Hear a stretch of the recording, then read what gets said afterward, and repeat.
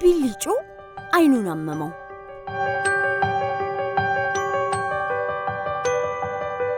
ቢልጮ ከቅድም ጀምሮ አይኑን ቴሌቪዥን ላይ እንዳፈጠጠ ነው። ቴሌቪዥን ቁጭ ብሎ ረጅም ሰዓት ማየት ጥሩ እንዳልሆነ ቢነገረውም አይሰማም። እሺ ይልና ነገም ተመልሶ ከሶፋው ላይ ቁጭ ይልና ቴሌቪዥን ላይ ፍጥጥ። ቴሌቪዥኑ ይቅርብ ሲባል ደግሞ ቀስ ይልና ሞባይሉ ስድ ያደርግና ጌም ሲጫወትበት ይውላል። ጭራሽ ጌም ላይ ብዙ ሰዓት መቆየት ለጤና እኮ ጥሩ አይደለም። ይቅርብ እያለች ጥሩምቤ ብትመክረው አልሰማት ብሏል። ያገኘውን ሰው ሁሉ ሰላም ከማለቱ በፊት አንዴ ስልክህን እስቲ ያሳየኝ ጌም አለው ይልና ይጠይቃል። ቢልጮ ደስ እያለው ወይንም አባ ብሎ ይቀበልና ከዛ ተው እስኪባል ድረስ ሞባይሉን ጥብቅ አድርጎ ይዞ ረጅም ደቂቃዎችን መጫወቱን ይቀጥላል። ባትሪ እንዳጨርስብኝ አምጣ ብለው ማማ እንኳን ካልተቀበሉት ይዞ ንቅንቅ አይልም። ሞባይሉን አለቅም ብሎ ይዞ ቁጭ ነው የሚለው። ሞባይሉን ከመለሰ በኋላ ደግሞ አይኑን ማሸት ይጀምራል። ምክንያቱም ቢልጮ ጨዋታው ሱስ ሆኖበታል። አይኑን እንዳፈጠጠ ሞባይሉ ላይ ሲቆይ ጥሩምቤ ደግሞ ተው ቢልጮ አይን አይታሽም፣ ለዛውም በቆሻሻ እጅ አይንን ቢያመን ያገባኝም ይቅርብህ፣ ካልሰማ ግን ዋጋን ታገኛለህ እያለች ታስጠነቅቀዋለች። ቢልጮ ግን ታዲያ እኔን ሲያቃጥለኝ ምን ላድርግ እያለ አይኑን ማሸቱን ይቀጥላል። ከዛ አይኑ እየቀላ እንባው በአይኑ ግጥም እያለ እንደተገረፈ ልጅ የሚያለቅስ ሰው ነው የሚመስለው። አንዳንድ ልጆች እንደውም ድርጊቱ እየገረማቸው መንገድ ላይ ሲያገኙት ቢልጮ ጨምባሳ ለአይኑ ማይሳሳ እያሉ ያበሽቁት ጀመር። ቢልጮ ለረጅም ሰዓት ቴሌቪዥን ማየትና ጌም መጫወት ባለመተው ምክንያት አይኑን በጣም እያመመው ሄደ። መጽሐፍ ለማንበብ ሲሞክር ትንሽ እንዳነበበ አይኑ ያስለቅሰዋል። እራሱንም እያመመው ተቸገረ። ክፍል ውስጥ በደንብ መከታተል አልቻለም።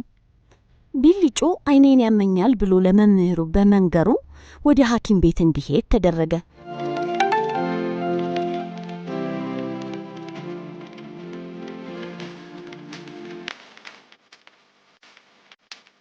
ቢልጮ ወደ ሐኪም ቤቱ ሲገባ መጀመሪያ ያገኘው እንግዳ ተቀባዩን ነበረ። ካርዱን ካወጣ በኋላ ወደ መጀመሪያ ምርመራ ክፍል ተላከ።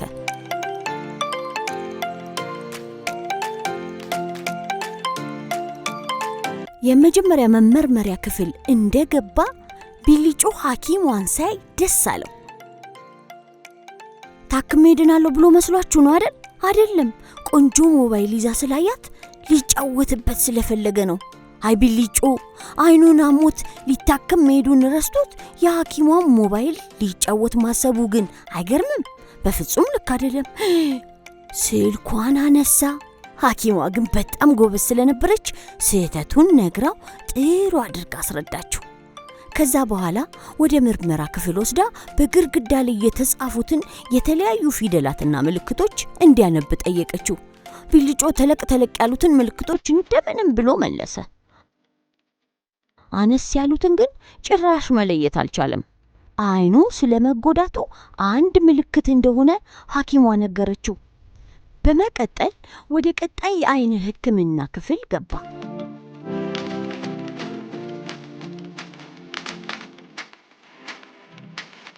ከዛ ሁለቱም አይኖቹን በሕክምና መሳሪያ ሌላ ዶክተር ተመለከተው። አይኑን መታመሙና የሕክምና ክትትል እንደሚፈልግ ተገለጸለት። ቢልጮ አይኖችን አትፈልጋቸውም እንዴ ሲል ሐኪሙ ጠየቀው። ቢልጮ ጥያቄው ገርሞት እንዴ እፈልጋቸዋለሁ፣ ለምን አልፈልጋቸውም? አይኔን ከወሰድካቸው እኮ ቸገራለሁ አለ። ታዲያ ለምንድን ነው አይንህን የምትበላው አለው። ቢልጮ ከትከት ብሎ ሳቀ። እንዴ ምን ያስቃል አለው ሐኪሙ። እንዴ ዶክተር አይን ይበላል እንዴ? እንዴትስ ብዬ ነው የራሴን አይን የምበላው ብሎ ግራ ተጋብቶ ጠየቀ። ይኸውልህ ቢልጮ አይንን በደንብ ካልታጠብከው ከዛ በላይ አይን ሊጎዳ ይችላል። በገዛ እጅ ተው ስትባል አልሰማም ብለ አይንህን ከጎዳኸው እዚህ እኔ ጋር ለሚመጡ ልጆች ሁሉ ቢልጮ አይኑን በላው ብዬ ነው የምነግርልህ። ዋ ብቻ ብትጠነቀቅ ነው የሚሻለ ብሎ እየቀለደ ስለ አይን ጥንቃቄ በደንብ አስተማረው። ቢልጮ መድኃኒት ታዘዘለት። ካልተሻለው ደግሞ የአይን መነጽርም ይታዘዝለታል። ቢልጮ ግን እኔ ሞኝ አይደለሁ፣ አይኔን አልበላም፣ አይኔንም አላሽም፣ ረጅም ሰዓትም ቴሌቪዥንና ሞባይል ሌላም አይኔን የሚጎዱ ነገሮች በፍጹም አላደርግም እያለ ደጋግሞ ለራሱ ቃል ገባ።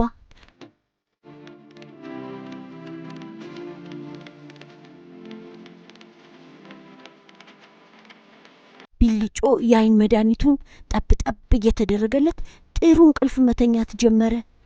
ጥሩምቤ ከስህተቱ መማሩን እያየች ስለነበረ አይኑን መድኃኒት እያደረገች በደንብ አድርጋ ተንከባከበችው።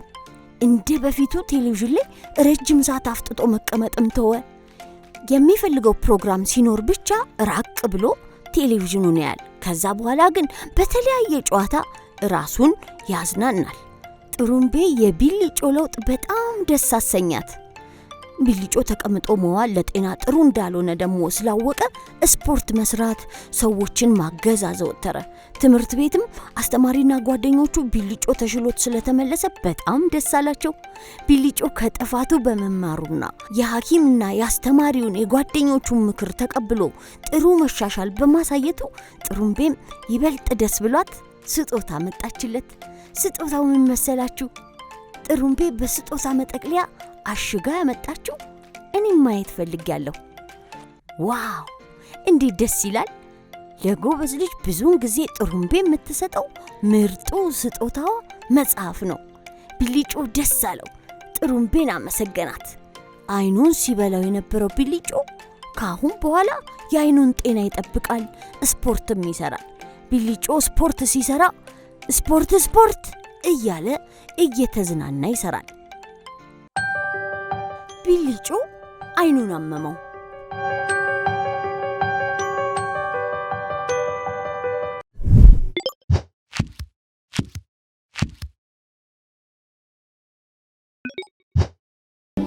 ከደጋጎች ምድር ደጋግ ሀሳብ ያለኝ ኢትዮጵያ ሀገሬ የማሰራ እኔ ነኝ። ከደጋጎች ምድር ደጋግ ሀሳብ ያለኝ ኢትዮጵያ ሀገሬ የማሰራ እኔ ነኝ።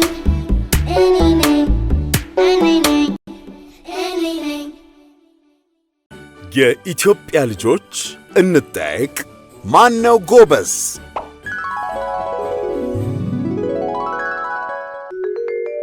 ክፍል 13 ጥያቄ ቁጥር 1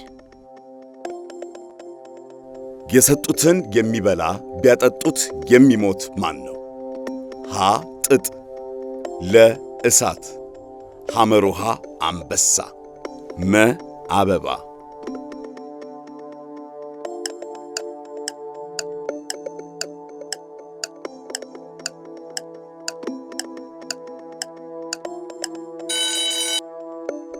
መልስ ለእሳት።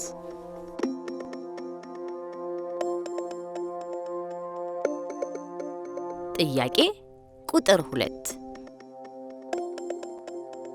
ንጉሡን ተነሱ ስትል የማታፍር ማናት? ሀ ንግሥት፣ ለ አሽከር፣ ሐመሮሃ ሽንት፣ መ ሕፃን ልጅ።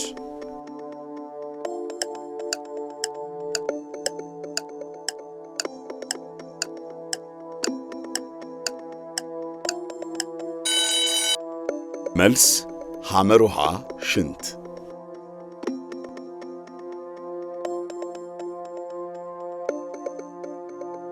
ጥያቄ ቁጥር 3 ሦስት ልብ አለኝ እኔ ማን ነኝ? ሀ ዝሆን፣ ለ ግመል፣ ሐመሮሃ ዓሣ ነባሪ፣ መ ኦክቶፐስ።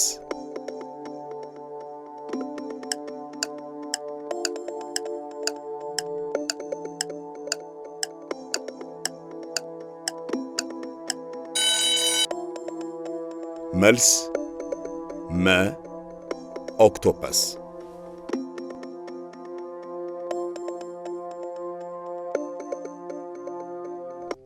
ጥያቄ ቁጥር 4 ምን ቢተልቅባት ሸክሟ አይከብዳት? ሀ የአህያ ጭነት፣ ለ የዝሆን ልጅ፣ ሐመሩሃ ቀንድ፣ መ ደቦል።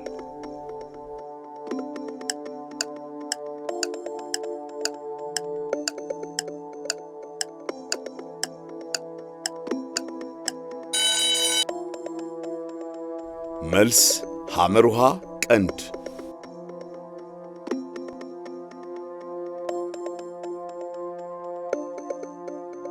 ጥያቄ ቁጥር 5 በራሱ ተከፍቶ በራሱ የሚዘጋ። ሀ በር፣ ለ ጉድጓድ፣ ሐመሩሃ ምድጃ፣ መ አይን።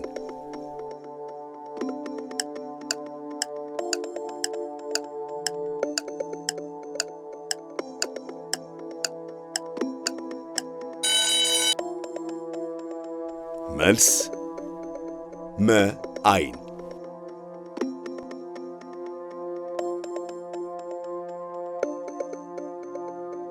ጥያቄ ቁጥር 6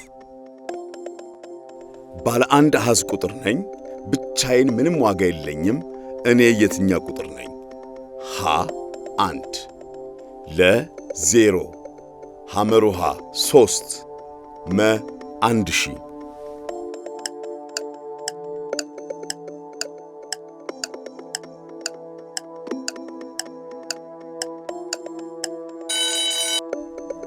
መልስ ለ 0።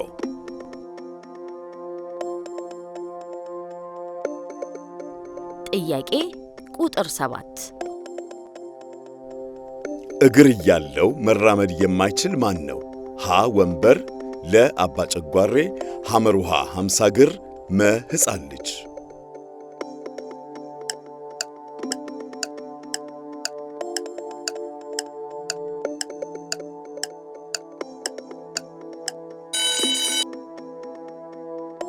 መልስ ሀ ወንበር።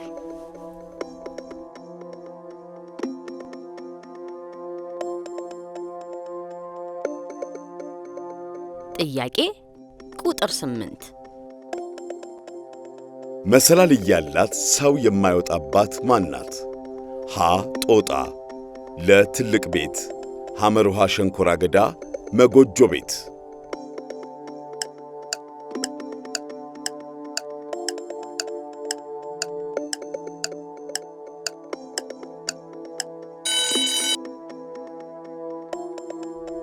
መልስ ሐመሩሃ ሸንኮራ አገዳ።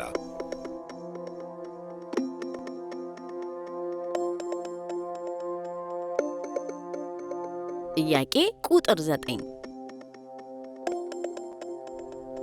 በቤት ውስጥ አለሁ ግን አይሞቀኝም፣ እኔ ማን ነኝ?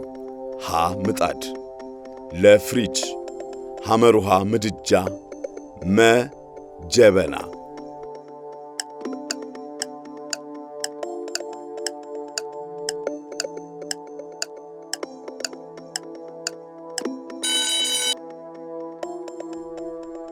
መልስ ለፍሪጅ።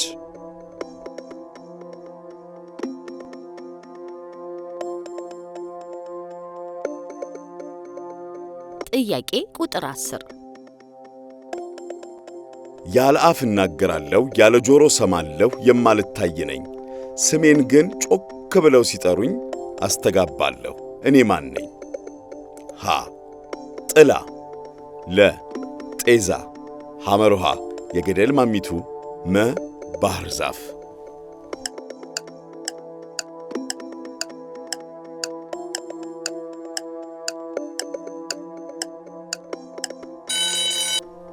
መልስ ሐመሩሃ የገደል ማሚቱ። 10 ከ10 9 ከ10 8 ከ10 ያገኛችሁ እጅግ በጣም ጥሩ ውጤት ነው። ጎበዞች፣ ብራቮ!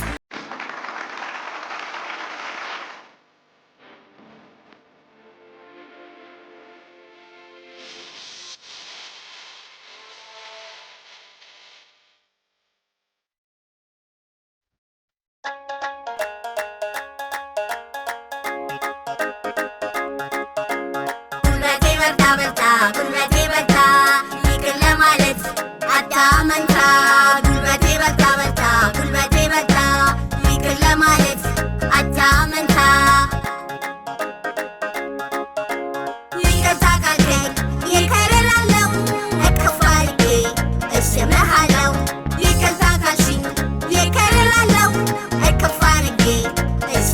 እችላለሁ ጉልበቴ በርታ በርታ ጉልበቴ በርታ ይቅር ለማለት አታመንታ በምሽት ሰማይ ላይ እንዳሉት ከዋክብት ይቅርታን በሳት ቁጥር ያልጨረስኩት ይቅርታ ስጠይቅ ባጠፋሁት ፋንታ የደከመው አቅሜ ጉልበቴ በረታ ጉልበቴ በርታ በርታ ጉልበቴ በርታ ይቅር ለማለት አታመንታ ጆሮዬ መስማቱን የማረጋግጠው ዓይኔ መመልከቱን የማረጋግጠው ልቤ በይቅርታ ሲሞላ ብቻ ነው ልቤ በይቅርታ ሲሞላ ብቻ ነው ጉልበቴ በርታ በርታ ጉልበቴ በርታ ይቅር ለማለት አታመንታ ጉልበቴ በርታ በርታ ጉልበቴ በርታ ይቅር ለማለት አታመንታ ይቅርታ ለማለት ቀን እየመረጥኩኝ ከዛሬ ተሻለ ሌላ ቀን አጣሁኝ የቀኑ ብርሃን እንዳያስፈራኝ መሳሳት ያለ ነው ይቅርታ አድርጉልኝ ጉልበቴ በርታ በርታ ጉልበቴ በርታ ይቅር ለማለት አታመንታ ይቅርታ ስጠይቅ ባጠፋሁት ፋንታ የደከመው አቅሜ ጉልበቴ በረታ ይቅርታ ስጠይቅ ባጠፋሁት ፋንታ የደከመው አቅሜ ጉልበቴ በረታ ጉልበቴ በርታ በርታ ጉልበቴ በርታ ይቅር ለማለት አታመንታ ጉልበቴ በርታ በርታ ጉልበቴ በርታ ይቅር ለማለት አታመንታ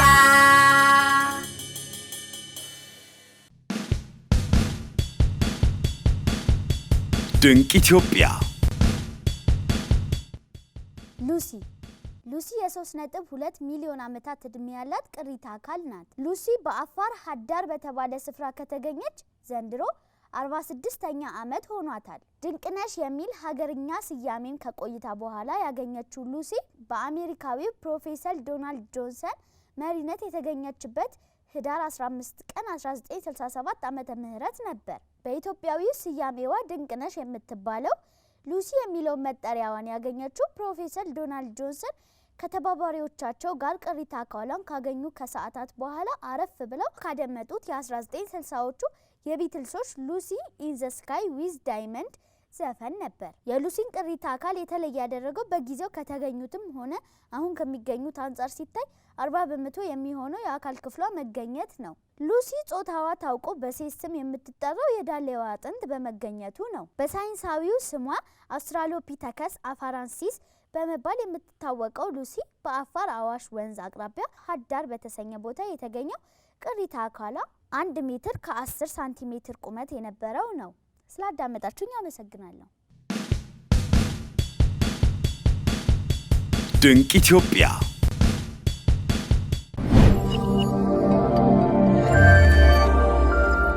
ምሳሌያዊ አነጋገሮች ለኢትዮጵያ ልጆች ከነመልሶቻቸው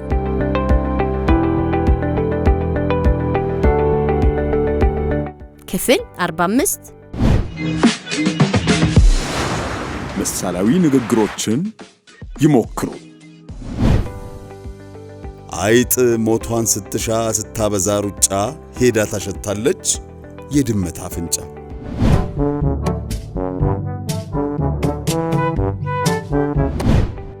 መልስ የቀበጡለት አደጋ ሊያጋጥም እንደሚችል እያወቁ መዳፈር።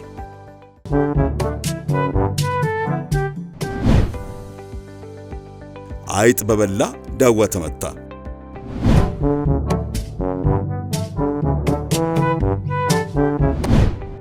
መልስ ጥፋተኛው እያለ የማይመለከተው ሲቀጣ።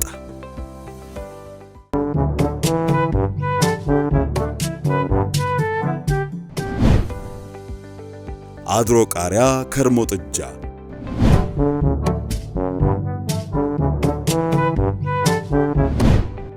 መልስ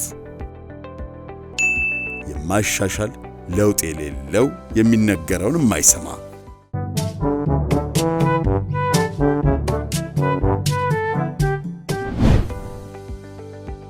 አፉ ቅቤ ልቡ ጩቤ።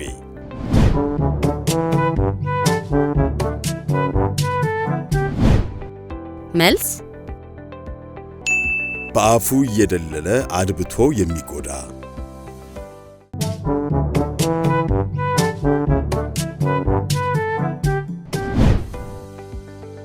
አፉ ዱቄት ቃመ።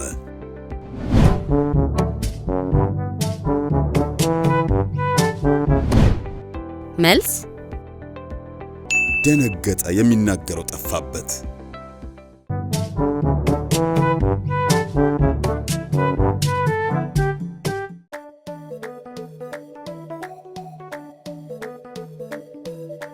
አበባዋን ይዋት። ዋው በጣም ታምራለች። ይዋት አበባዋን ዛሬም ጉድ ሆናለች። ፀሐይ ስትወጣ ነገ ትፈካለች። ፈኪ ፈኪ አበባዋ ፈኪ ፈኪ ፈኪ አበባዋ ፈኪ መዓዛሽ ጠረንሽ እውድ ያርገን እስኪ ከእንቅልፋችን ነቅተን በመስኮት ስናይ እንዴት አደራችሁ አለችን ፀሐይ። በብርሃኗና በሙቀቷ ረካች እኛም ደስ ብሎናል አበባዋን ፈካች። በብርሃኗና በሙቀቷ ረካች እኛም ደስ ብሎናል አበባዋን ፈካች።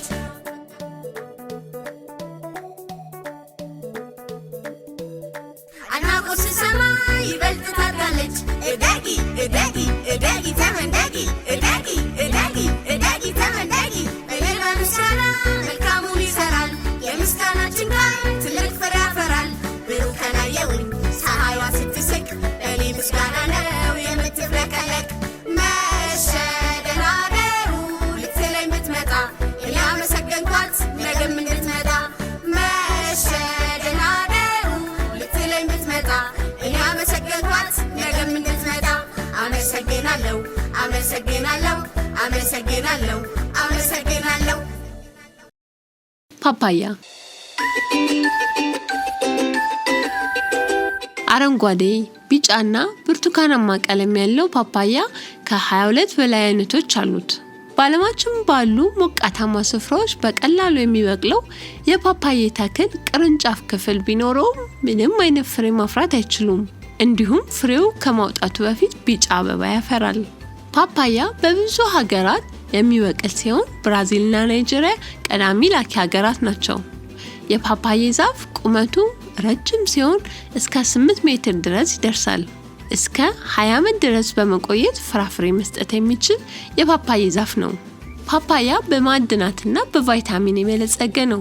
ቫይታሚን ኤ እና ቫይታሚን ሲ በውስጡ ስለያዘ ለኛ ለሰው ልጆች ከፍተኛ ጥቅም ይሰጠናል። ፖታሺየም እና ፋይበርም በውስጡ አለው። ፓፓያን በቀን ምግባችን ውስጥ ካካተትን የስኳር ህመምን መከላከል፣ ትክክለኛ እይታ እንዲኖረንና በልብ ህመም እንዳንጠቃ ያደርጋል። እንዲሁም ካንሰርን ይከላከልልናል። በሆድ ውስጥ የሚፈጠሩ ህመሞችን ያስታግስልናል። ፓፓያ መመገብ ሰውነታችን በሽታ የመቋቋም ኃይሉን ከፍ ስለሚያደርግልን ቶሎ እንዳንታመም የማድረግ አቅም አለው። ለጥርስና ለአጥንታችን ጥንካሬ ደጋግመን ፓፓያ መመገብ አስፈላጊ ነው። የፓፓያ ቅጠል ቫይታሚን ኤ፣ ቫይታሚን ቢ፣ ቫይታሚን ሲ፣ ቫይታሚን ኢ፣ ቫይታሚን ኬ እና ካልሲየም፣ ማግኒዚየም፣ ሶዲየም እና ብረት የያዘ ነው። ለፀጉር ቆዳ ድርቀት፣ ለወባ ህመም ማስታገሻነት፣ ለሌሎች ችግሮች የፓፓያ ቅጠል ጥቅም ይሰጣል።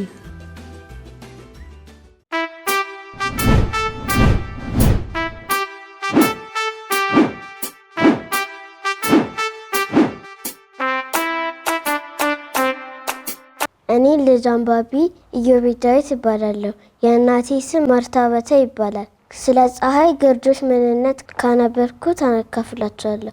የፀሐይ ግርዶሽ ክስተት ከ7ኛው ዓመት ዓለም ጀምሮ በሰዎች እንደተመዘገበ ለማወቅ ተችሏል። በዚያን ጊዜ ሰዎች ግርዶሾች ሲፈጠሩ የመዓት ወይም የጥፋት ምልክቶች ሆነው ያስባቸው ነበር። በዚህ ምልክት ክስተቱ በሰዎች ዘንድ ፍርሃት ይፈጥር ነበር። የሰው ልጅ ሳይንስ ቴክኖሎጂ በእውቀቱ እያደገና የስነ ፈለክ ጥናቶች እየተስፋፋ ሲመጡ ይህ አመለካከት ሊለውጥ ችሏል። ግርዶሽ ጊዜያቸውን ጠብቀው የሚታዩ የተፈጥሮ ክስተቶች ናቸው። የፀሐይ ግርዶሽ የሚከሰተው ጨረቃ በመሬት በፀሐይ መካከል በምትሆንበት ጊዜ ነው። በዚህ ሁኔታ ጨረቃ ስትገኝ የጨረቃ ግርዶሽ በመሬት ላይ ያርፋል። ትክክለኛ ግርዶሽ የጨረቃ ሲሆን በተለምዶ የፀሐይ ግርዶሽ በመሬት ላይ እንዳረፈ ይቆጠራል። ስላዳመጣችሁኝ ያመሰግናል።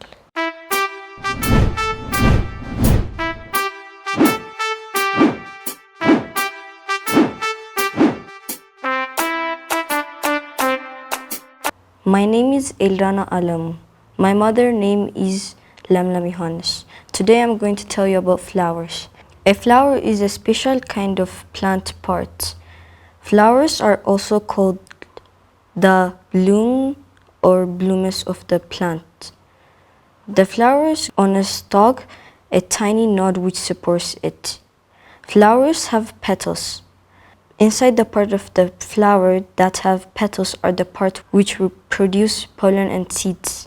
Flowers are reproductive structures of a flowering plants, which are plants of division Magnolopia or are also called angiosperms.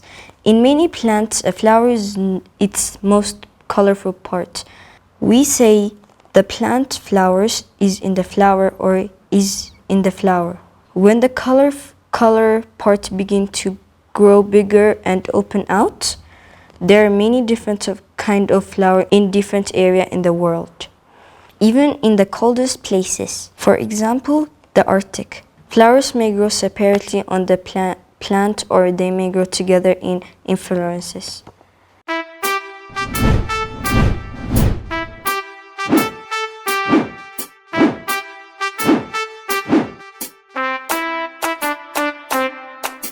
እኔ ልጅ አንባቢ ነቢያት አለሙ እባላለሁ። የእናቴ ስም ስመኝ ፍቅሩ ይባላል።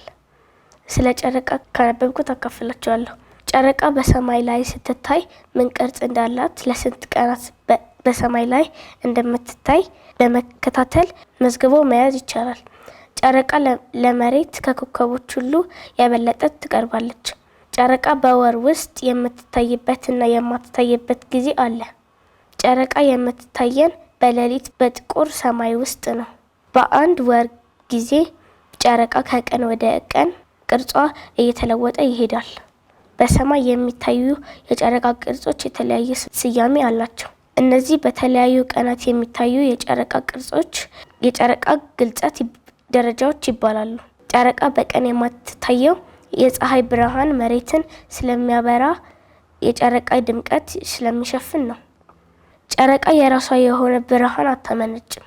ጨረቃ ለመጀመሪያ ጊዜ የሩቅ አቅርቦ የሚያሳይ መነጽር ወይም ቴሌስኮፕ ተመልክቶ ትክክለኛውን የጨረቃ ገጽታ የገለጸው ኢጣሊያዊው ሳይንቲስት ጋሊሊዮ ይባላል። ምንጭ ሳይንስና ቴክኖሎጂ የልጆች መጽሐፍ። ስላዳመጣችሁኝ አመሰግናለሁ።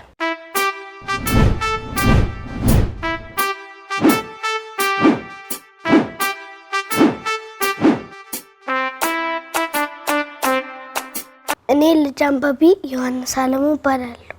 የእናቴ ስም ስመኝ ፍቅሩ ይባላል። ሀቅን በአደባባይ የጀግናን ውሎ እያወደሰ ፈሪን በሸንጎ እየወቀሰ የዘፈን ቀረርቶ በቅኔ በዜማ ውብ የሀገሩን ታሪክ ለዓለም ያሰማ እውቀት እንዲስፋፋ ሀገር እንድትለማ ለኛ ሁሉ ያበሩ ቀልጦ እንደሻማ በምን ቃል ተነግሮ ምን ጆሮ ያድምጠው ዘላለም ክቡር ነው የመምህር ውለታ ድርሳን ተጽፎለት መጽሐፍ ተደግሶ መቼ ተነገረ ታሪኩ ተገልጾ እኮ ማን ያስረዳ ማን ይናገር ደፍሮ እውነትን ከሐሰት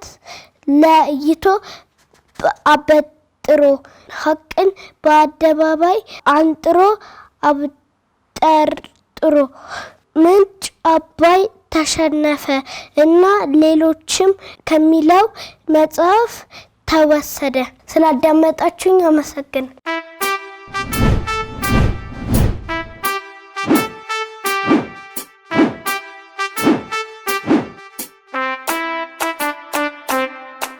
እኔ ልጅ አንባቢ ኑሐሚን ዳዊት እባላለሁ። የእናቴ ስም ማርታ ይባላል። ዛሬ ስለ ድመት ካነበብኩት ላካፍላችሁ።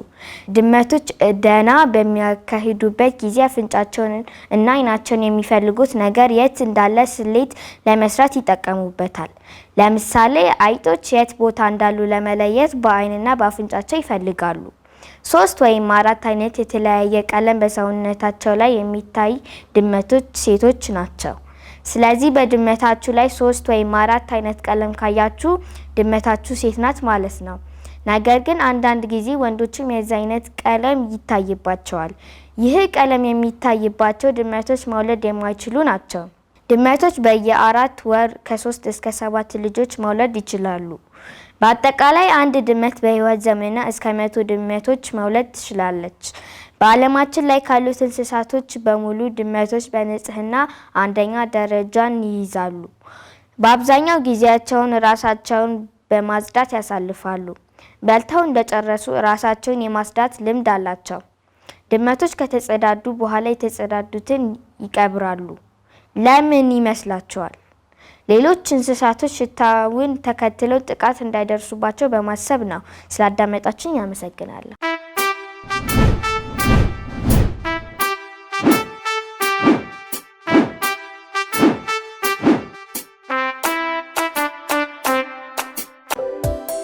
የባለ ብዙ ክብረ ወሰኖች ባለቤት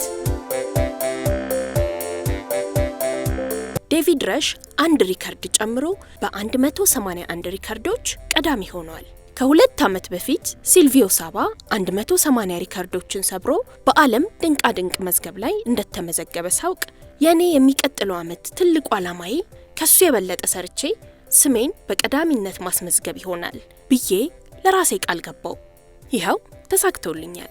በዚህም ደስተኛ ነኝ ይላል የኢትዮጵያ ልጆች ቴሌቪዥን።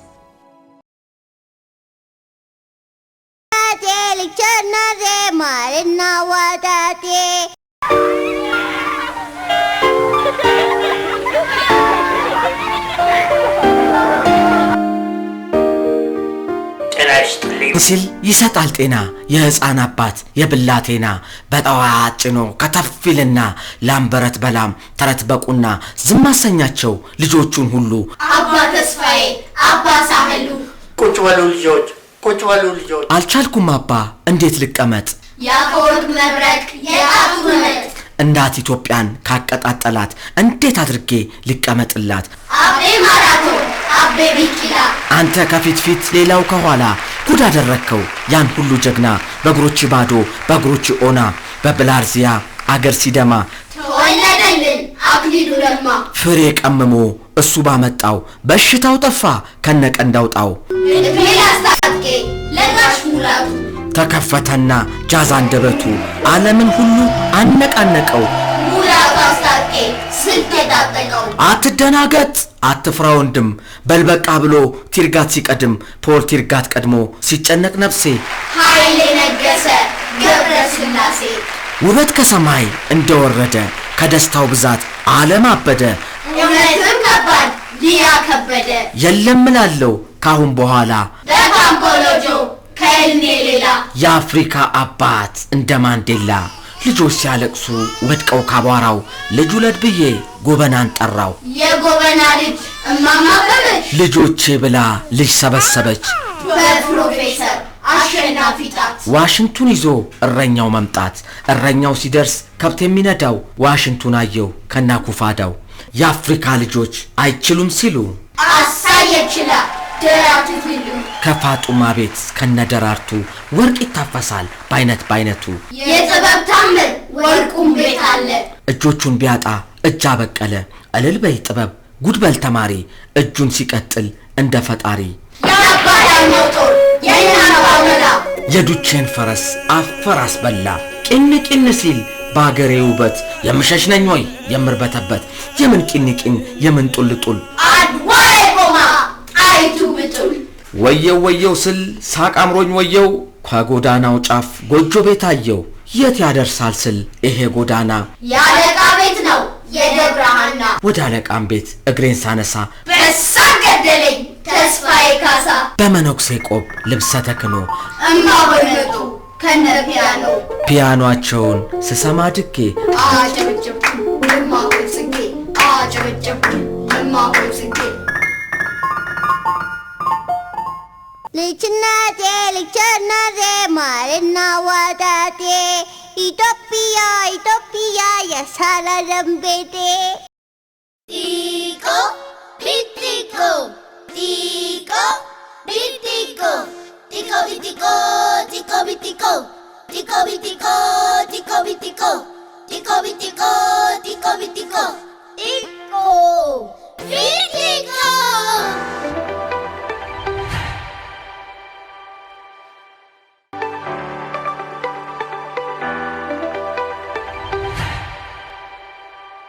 ቢቲቆ ወይ አስደነገጥከኝ።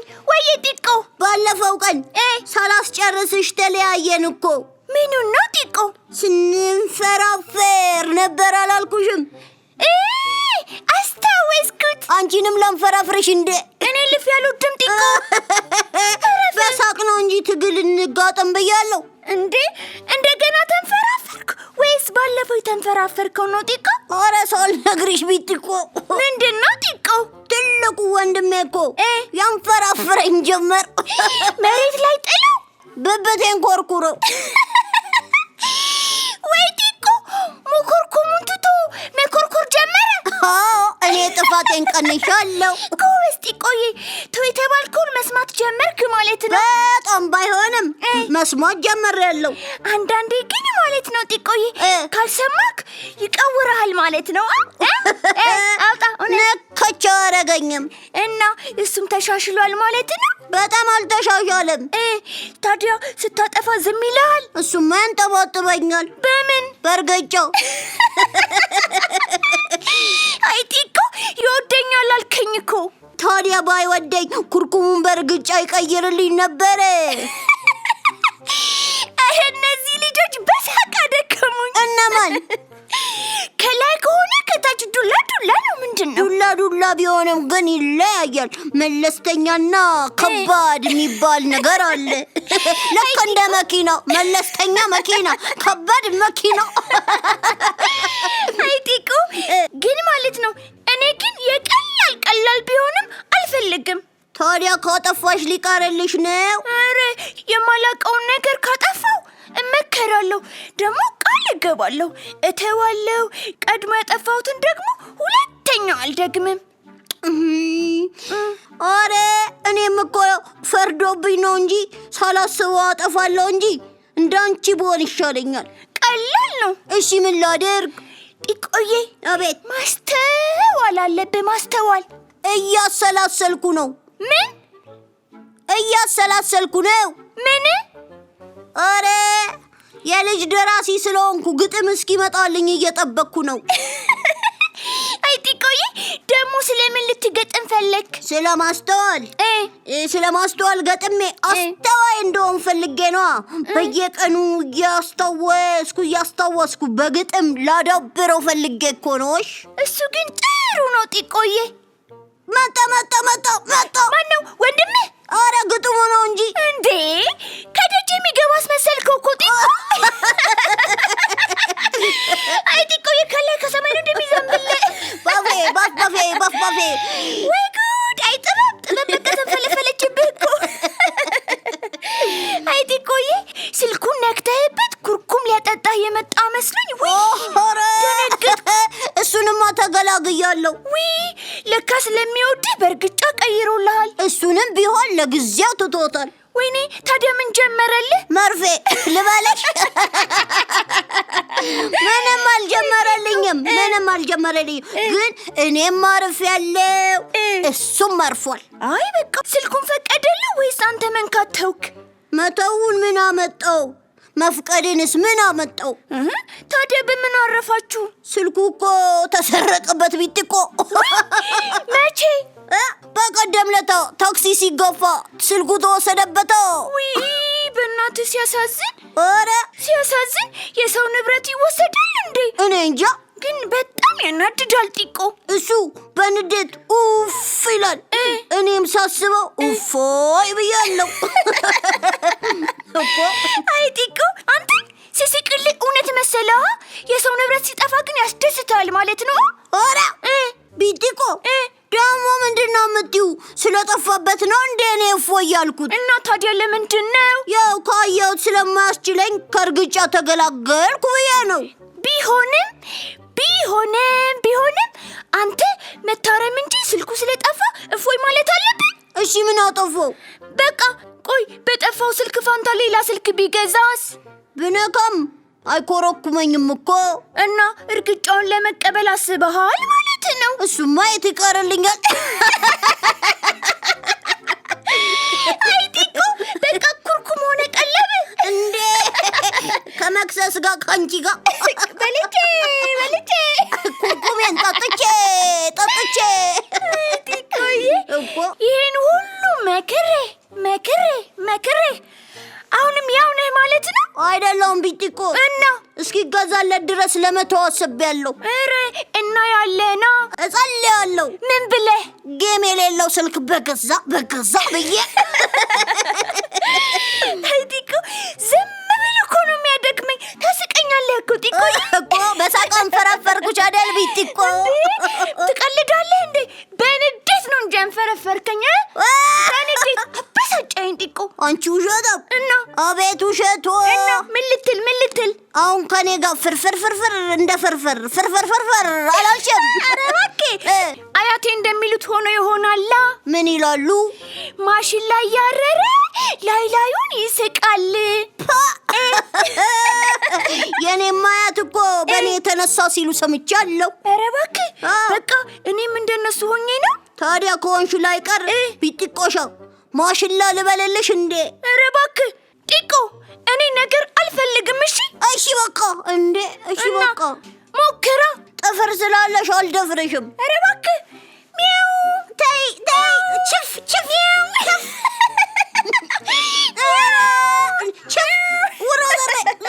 ኧረ እንደገና ሳቀች። አሁን የሳቅሽው እንደ ራስሽ ነው ወይስ እንደ ማሽሎ? አሁን እንደ በቆሎም እያረረ መሳቅ ጀመረ እንዴ እናንተ? ኧረ ጢቆ ደከምከኝ በሳቅ። በዚህ አይነት ባቄላም መጀመሩ አይቀርም እንዴ? አንተ ጢቆ ነገር ያሉሽ በቃ ተወኝ እኮ። እነማን እንደሆናችሁ ንገሩኛ። ቢጥቆ ነሽ? አይ ማሽላ ነው። እና ታዲያ በቆሎ ልሁንልህ? ካስመረጥሽኝማ ቅቅል በቆሎ ወይም ጥብስ በቆሎ። ምን ልታረገው? ኧረ እኔ አልነጨውም። አየት አድርጌ ቁጭ ላደርገው ነው። አይ ጢቆ ቢጢቆሻ ወይዬ ጢቆሻ፣ አንዴ እንደ ራስሽ፣ አንዴ እንደ ማሽሎ፣ አንዴ እንደ በቆሎ በሳቃም ፈረፈርኩሻ። ኧረ ጢቆ አነፈርከኝ እንጂ። እያረርሽ ከሆነ የሳቅሽው ሳላስበው እሳቱን አብዝቼው ይሆናል። በቃ ጢቆዬ በቃ። ምኑ? ቆጥብ በቃ። አዋቂ ነኝ እንደኔ ደግሞ ገንዘብ የታለኝ? ኧረ እባክህ መቆጠብ ገንዘብ ብቻ ነው አሉ። ተማሪ ከሆንክ ደግሞ እስክሪብቶህንም ደብተርህንም መጫወቻህንም ሁሉንም ነገር መቆጠብ አለብህ። ታዲያ አሁን ምኑን ልቆጠብ? ሳቃችንን ነዋ። እና ሌላ ቀን አንስቅም አሉ። ዛሬውኑ ማለቅ አለብን ጢቆዬ። ለእሱ አስበሽ ከሆነ አያሳስብሽ። እኔ እኮ ማሳቆ አያልቅበኝም። ጢቆ ወየ ቢጢቆ፣ ለዚህ አይደለ እንዴ አያትህ አያልቅበት የሚሉ? እና ካልሰማሽማ ብዙ ስም አለኝ። ኧረ እባክህ ምን ይሉሃል? ደባልቄ። ሌላስ? ዘባርቄ። አይሻልም ቦሎቄ? ኧረ አንቄ። ወይ ጢቆ። ቀጥሎ ደግሞ እስኪ አድርቄ ይሉኛል እኮ። ኧረ እባክህ ለምን? እንደምጠረጥረው ከሆነ የቤታችን ደራሲ፣ ገጣሚ፣ ጋዜጠኛ። ኧረ ተሸረከተ ጢቆ። ተመራማሪ ሳይንቲስት ስለሆንኩኝ ጥያቄ ስለማበዛው መሰለኝ። ሁሉም ነገር ጥሩ ቢሆንም እነሱ ስለማበረታቱኝ አንቺ አበረታችኝ ቢጥቆዬ። ኧረ ጢቆዬ ጓደኛ ለመቼ ነው ታዲያ ብዬ ነው ምከሪኝ ውስጥ ተመሪኝ መደሻየሽ እኮ። ሀሳብ ጥሩ ነው። ቢሆንም ሳትዘባርቅ ሳትደባልቅ ሰው ሳታደርቅ በአግባቡ መጠየቅና መረዳት አለበት። እንዴት? በቃ ወላጆችህም ሆኑ ቤተሰቦችህ ሌላስ? እንግዳ ማንም ቢሆን ቀጥይልኝ በይልኝ እኮ ጊዜና ቦታውን አይተህ፣ እሺ ደግሞ ያሉበትን ሁኔታ አስተውለህ፣ እሺ ስራ እየሰሩ ከሆነ እያነበቡ ከሆነ ደግሞ ቁም ነገር ይዘው ከሆነ ደግሞ ያልተመቻቸው ከሆነ አትዘባርቅ፣ አትደባልቅ፣ አታድርቅ። እሱን ሰምቻለሁ እና ተስማምቻለሁ። ሌላስ? ተጸጽቻለሁ። እና ጥያቄ አለ? በጣም ጠይቃ። በቃ ሲሰሩ ሲያነቡ ሲያነጋግሩን ካልተመቻቸው አልዘባርቅም፣ አልደባልቅም፣ አላደርቅም። በቃ ጢቆዬ ይኸውልህ እንዳትረሳሽ አስተውልሽ ጓደኛዬ።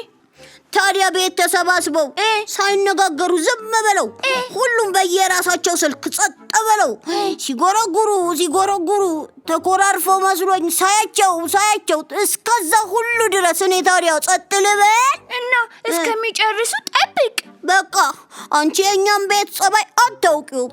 እንዴት? እንደናንተ ቤት መስሎሽ ይሆናለሁ። በምን? ከስልክ አይላቀቁም፣ በቶሎ አያበቁም።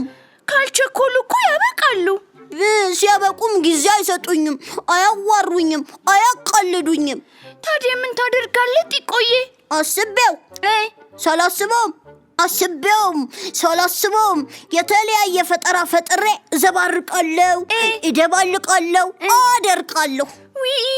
ጢቆዬ ስታሳዝን። እዘኛለኝ። አዝንላለሁ ጢቆዬ። ቆይማ ጢቆ። አቤት። ሴቶ አያትህ ግን ስልክ ይይዛሉ እንዴ? እና ኧረ እሷ የላትም። ታዲያ ወደ እሳቸው አትሄድም? እና በየቀኑ ገጠር አገር ቤት ሊሂድ? ለካ ሁልጊዜ እዚህ የሉም። እሷማ ካለች ታጫውተኛለች፣ አጫውታታለሁ፣ ታስቀኛለች፣ አስቃታለሁ። ታዲያ እነሱ ስልካቸውን ሲጎረጉሩ አንተ የኢትዮጵያ ልጆች ቴሌቪዥን አትመጠምጥም? ታዲያ በዛ ሰዓት አይደል እንዴ የኢትዮጵያ ልጆች ቲቪን የምመለከተው? ጎበዝ ጢቆዬ፣ ጥሩ አድርገሃል። ግን ያስቸግሩኛል። ምን እያሉ? ድምፁን ቀንሰው እያሉ። እሱማ ልክ ነው። የኢትዮጵያ ልጆች ቴሌቪዥን ስታይ ድምፁን ማስጮህ የለብህም። እሱ ታዲያ ይጠፋኛል አሉሽ? እና ታዲያ ምንድን ነው? ድምፁን በዜሮ ካስተኙት ይታየኛል እንጂ ይሰማኛል። ጢቆዬ፣ ታዲያ ምን ታደርጋለህ?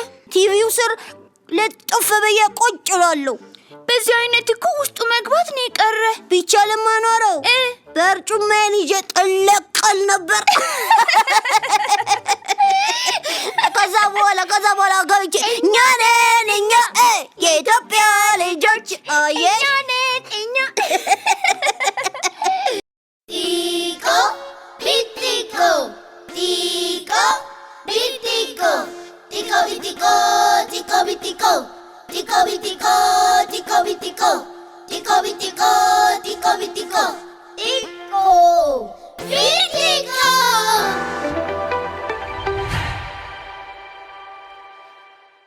ልጆች፣ እንጀራ የኢትዮጵያውያን ተወዳጅና ተዘውታሪ ምግብ ነው። የእንጀራ ሰብል ደግሞ ጤፍ። የጤፍ ፍሬዎች ትንሽ ናቸው። ደቃቅ ቢሆኑም ለመመረት ብዙ ጉልበትና ሰፊ ጊዜ ይፈልጋሉ። ከትልቅ ትዕግስት ጋር ባለውለታችን ገበሬ የትዕግስትና የብርታት ጀግና መሆኑን ተመልከቱ። መሬቱን ያርሳል፣ ደጋግሞ በማረስ አፈሩን ያለሰልሳል። ጤፍን በጥንቃቄ ይዘራል፣ በየቀኑም ሥራ አለበት። አረም ቀላል ተግባር አይደለም። ደርሶ ለመታጨድም ብዙ ወራት ይፈልጋል። የግብርናው ጀግና እረፍት የለውም። ውርጭና ፀሐዩን ችሎ ይታትራል። አጨዳው ይቀጥላል። ውቂያውም ከባድ ነው። ፍሬውን ከገለባ ተለይቶ በጆንያ ይከታል። ይህን ሁሉ ተግባር አልፎ ተፈጭቶ ተቦክቶ ተጋግሮ አሁን እንጀራ ይሆናል። አያችሁ ልጆች፣ የትዕግስት ፍሬ ጣፋጭ ነው ይባላል። ጣፍጦን የምንበላው ለምን እንደሆነ ገባችሁ? አዎ፣ በትዕግስት ሁሉም ነገር ይሳካል። ታጋሽና ብርቱ ሁኑ። የኢትዮጵያ ልጆች ቴሌቪዥን።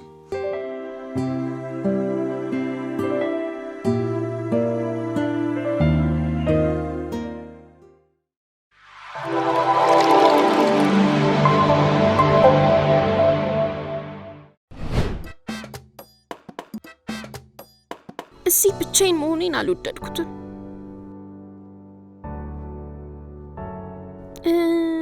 ሌሎች ፕላኔቶች ምን እያደረጉ ይሆን?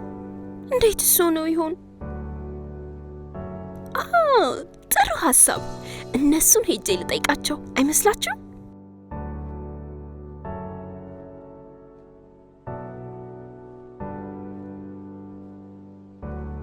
እንዴት ሰነበትሽ ሜርኩሪ? ጎረቤቴ እንዴት ነሽ? ሰሞኑን ጠፍተሻል፣ አላየሁሽም። በፀሐይ ዙሪያ ለመሮጥ እየተዘጋጀው ነው። አትቀላቀኝም? መሬት እንሩጥ፣ ደስ ይለኛል።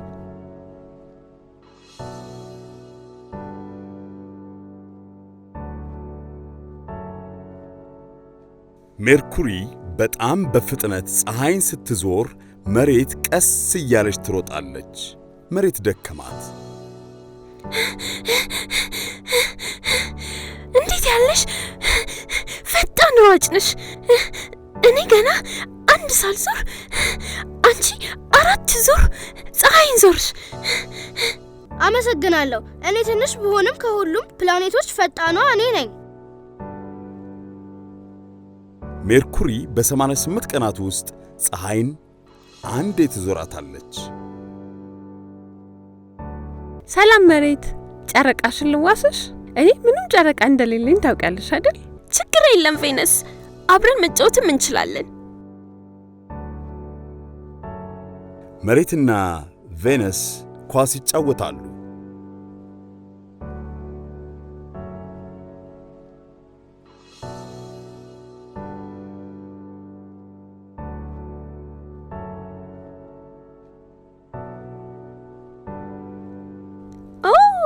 ኳስ ጎበዝ ነህ። የፕላኔቶቻችን የኳስ ኮከብ ሳትሆን አትቀርም። ከፕላኔቶች ሁሉ ሞቃታማው እኔ ነኝ። በቬነስ የሙቀት መጠን እስከ 471 ዲግሪ ሴልሺየስ ይደርሳል። ታዲያስ ማርስ? ጓደኛዬ ነይ ከኔ ጋር እንንሸራሸር። መሬትና ማርስ እየተንሸራሸሩ ይጫወታሉ።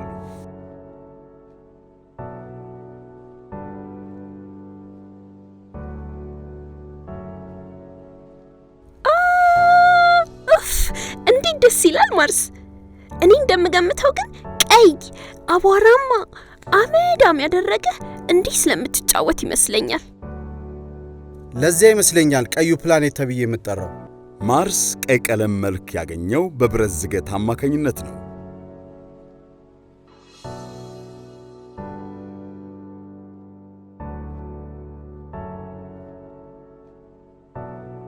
ትልቁ ጓደኛዬ ጁፒተር እንደምን አለ? ምንም አልል፣ አዲስ ፍላጎቶች አሉኝ። ጥሩ ነው። ቅርጫት ኳስ ወይስ ክብደት ማንሳት? አይ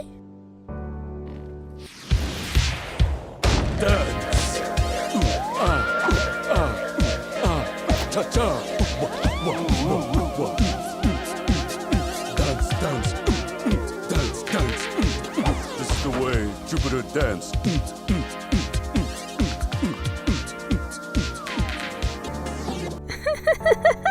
በጣም ቆንጆ፣ ደስ የሚል ጎበዝ። በጣም ትልቁ ፕላኔት እንደዚህ ጀግና መሆንህን አላውቅም ነበር። አመሰግናለሁ። ትልቅ በሆነም ሁሉ ነገሬ በብርሃን የተሞላ ነው።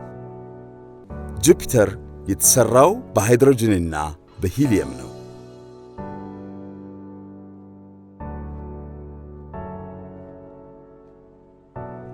ሰላም ሳተርን።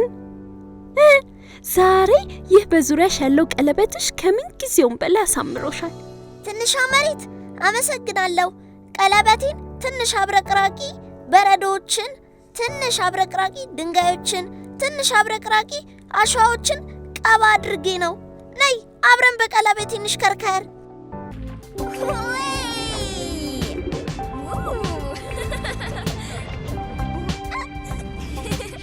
ኦ ከሁሉም ፕላኔቶች ሁሉ ድንቅ ሳተርን ናት። ጋሊሊዮ ለመጀመሪያ ጊዜ የሳተርንን ቀለበት ያየው በ1602 ዓመተ ምህረት ላይ ነበረ። መሬት ቀለበት ወገቧ ላይ አድርጋ ስትሽከረከር አንድ ነገር መቷት ትወድቃለች። እንዴ! አንቺ ትንሽ ነገር ከኔ በላይ ቀዝቃዛ ነኝ ብለሽ ታስቢያለሽ እንዴ? ለምን እንደዛ አስባለሁ ዩራነስ? ከሁሉም ፕላኔቶች ሁሉ አንተ ቀዝቃዛ እንደሆንክ ሁሉም ያውቃል። እውነት ነው። ቆጣ ስላልኩኝ ይቅርታ። ዩራነስ ከሁሉም ፕላኔቶች በላይ በጣም ቀዝቃዛ ፕላኔት ነው። ቅዝቃዜው እስከ -188 ዲግሪ ሴልሲየስ ይደርሳል። ሰላም፣ ምን እያደረክ ነው ኔፕቱን? ስሚውማ፣ ጸጥታው፣ ውበቱ ደስ አይልም? ሰማዩ እንዲህ ሲሆን አቤት ደስታዬ እኮ። በነ ኔፕቱን ዙሪያ ከዋክብቶች ሰማዩን አድምቀውታል። በራሪ ከዋክብትም እየመጡ ሰማዩን ድምቅ አድርገውታል። በስርዓተ ፀሐይ እይታ ውስጥ እንደዚህ ውብ ነገር ያለ አይመስለኝም። ሁለቱም ይደነቃሉ። ሁሉም ፕላኔቶች በጣም ልዩ ናቸው። እኔ ግን ፈጣን አይደለሁ፣ ትልቅ አይደለሁ፣ ቀዝቃዛም አይደለሁ። በስርዓተ ፀሐይ ውስጥ እንደኔ ደባሪ አሰልቺ ፕላኔት የለም።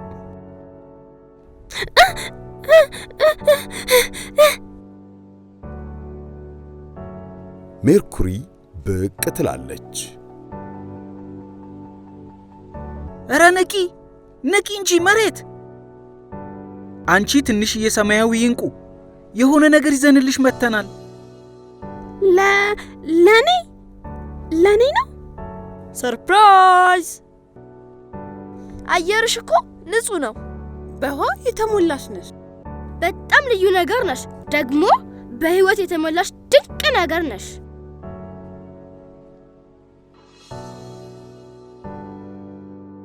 መልካም የመሬት ቀን ላንቺ፣ መልካም የመሬት ቀን ላንቺ።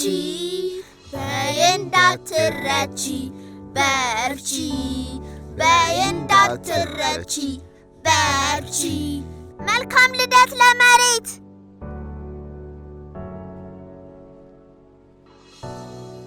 ጓደኞቼ በጣም ነው የማመሰግነው። በስርዓተ ፀሐይ ካሉ ፕላኔቶች ሁሉ ደስተኛዋ ፕላኔት አድርጋችሁኛል።